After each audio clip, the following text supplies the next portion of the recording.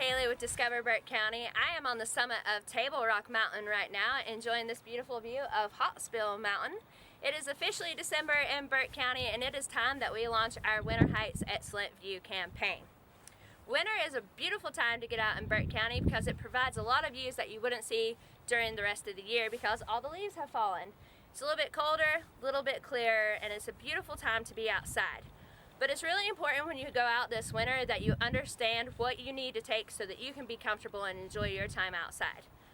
Some of the bare essentials that you're going to need are going to be layers. Today it's in the mid-40s and it's a little bit breezy, so I have on a hat to protect my head from the wind.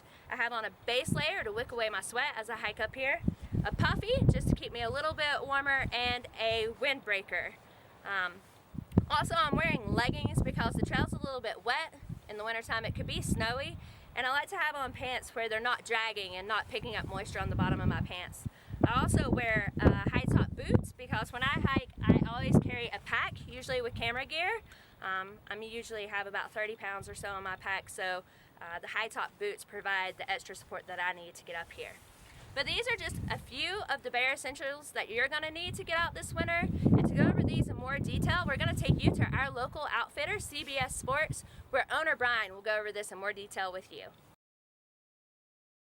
All right, one of the main things to remember with winter camping and winter hiking is to start with your base layer.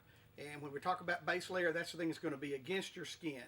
The number one thing to remember is not to use cotton because cotton, when it gets wet, will suck the heat right out of your body, which is not a good thing. So you want to stick to either synthetics or natural fibers like wool or even bamboo. We carry a couple different type of synthetics. Historically, a long time ago, everybody was familiar with something called polypropylene. That's a polyester-based material, which in some ways is still around, but it's a little different. There's several manufacturers for people that make it. This is one that comes out of North Carolina called Polar Max, which we carry a couple different styles of it. Works great. The others, a lot of people are familiar with, called Hot Chilies. There's 3 different weights of this. Of course, the thinnest weight we'll use a midweight, which we sell the most of, then a heavyweight. And just the way it sounds. If it's not really cold, you'll use the thinner weight, and then the midweight, the heavier if it's really, really heavy.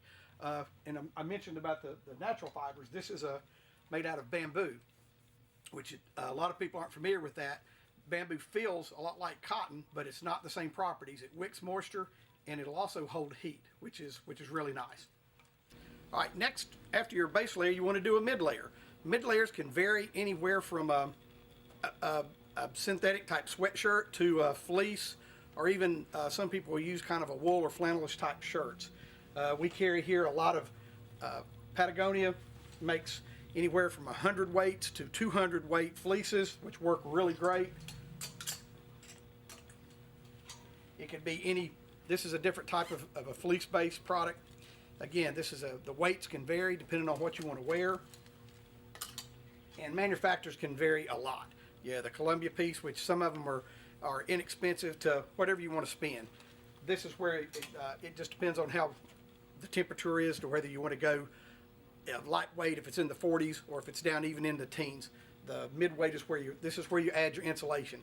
And at some point there, you even may carry a heavier weight, even a down or synthetic weight into your midweight before you put on your outer shell. And remember, the last thing is going to be your outer shell.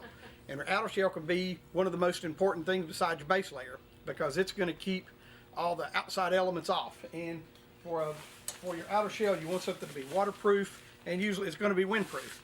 We like to use waterproof breathables. The most common everybody's heard of is going to be Gore-Tex. Gore-Tex is great, but there's a lot of things that people make now that are pretty much just as good as Gore-Tex. For example, some of the companies make their own proprietary fabrics that are similar to Gore-Tex. The ones I've got hanging here are made by North Face. We carry similar jackets from Columbia, Patagonia, Mountain Hardware, and others. But basically, what you always want to check and make sure that they're seam sealed. Sometimes you can tell that by just feeling around the seam and make sure it's not just sewn there. If it is just sewn there, your jacket is going to be water repellent, not waterproof. Going in and out of the car to the store, that's not a big deal. But if you're out in the field for all day or 3 days, that's when your equipment can't fail. You don't want to be caught in a 3-day rain and your jacket not be waterproof because everything under it's going to be wet and wet for a long period of time. So So when you're going out on winter camping, remember you got to have a base layer, you want to have a good mid layer, and you want to have a good outer shell to keep the elements off of you. But one of the most important things when you're winter camping is always remember to plan your hike and hike your plan.